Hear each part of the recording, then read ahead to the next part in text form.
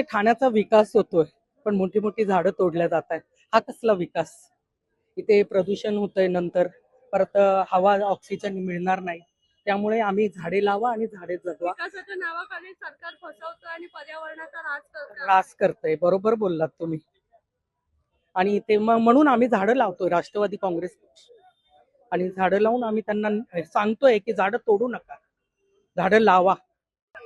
हो बरोबर आहे. या सरकारचे लोकांना झाडांची काही किंमत नाहीये. झाडामुळे ऑक्सिजन मिळतं, झाडामुळे जे प्रकृतीचा जे प्रदूषण आहे ते दूर होतो. पण ते सतत सतत झाडं कापून कापून आपले हे करतात. म्हणून आम्ही आज वृक्षारोपण करायचे, म्हणजे वृक्ष लावून वृक्ष जगवा आणि ऑक्सिजन वाढवा, त्याच्यासाठी आम्ही हे कार्यक्रम घेतो.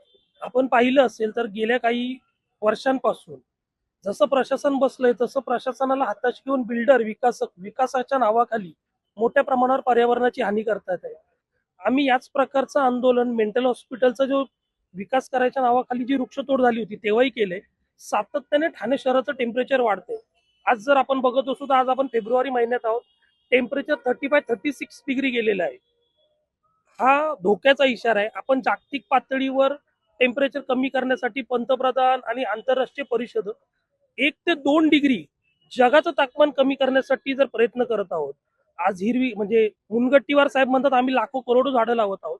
आणि त्याच ठाण्यामध्ये आज उपमुख्यमंत्री असताना जर आपण बघत असाल तर वृक्षतोड एवढ्या मोठ्या प्रमाणावर होते की मेट्रोच्या नावाखाली झालेली वृक्षतोड असेल किंवा लोढाचा प्रकल्प असेल किंवा बिल्डरांची प्रकल्प असेल, हजारो झाडांना कुठल्याही प्रकारची परवानगी न घेता किंवा परवानगी असते तरी पण त्या चुकीच्या पद्धतीने तोडली जातात.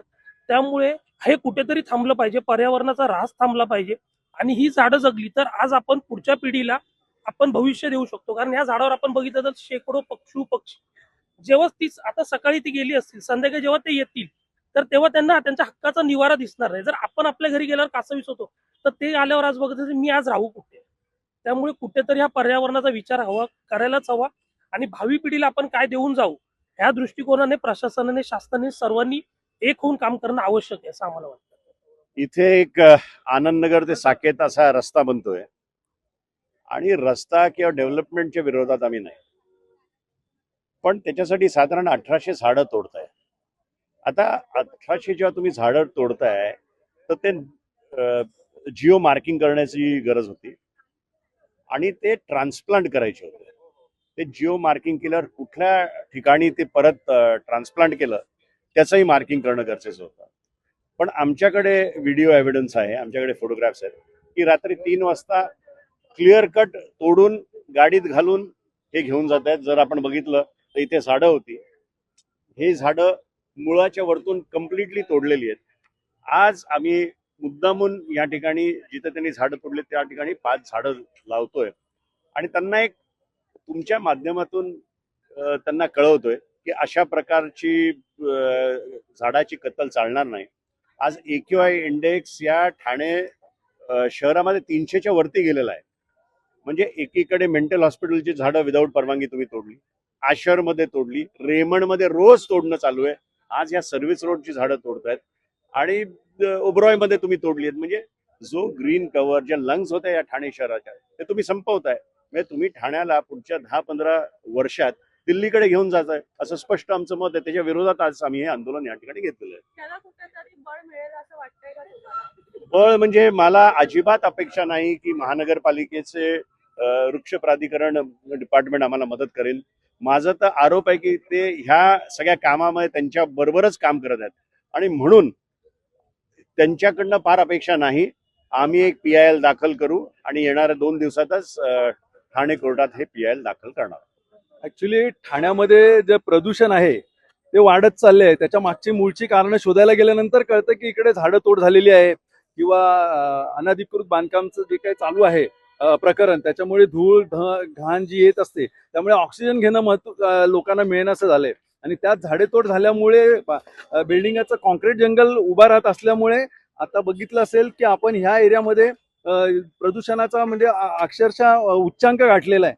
आणि यामुळे आज इथल्या ठाणेकरांना अक्षरशः म्हणजे ठाणे हे सांस्कृतिक शहर आणि 7 तलावांचं शहर म्हणून ओळखलं जायचं. इथे ऑक्सिजनचा आणि याचा आजपर्यंत लोक राहायला यायची, मुंबई सोडून ठाण्यामध्ये राहायला आली.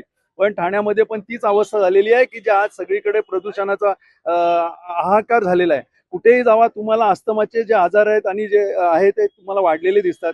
त्यामुळे राष्ट्रवादी काँग्रेस चंद्र पवार साहेब, मनोज प्रधान साहेबांनी आव्हाड साहेबांच्या आधिपत्याखाली आम्ही इकडे झावरे लावण्याची एक मोहीम हातामध्ये घेतलेली आहे.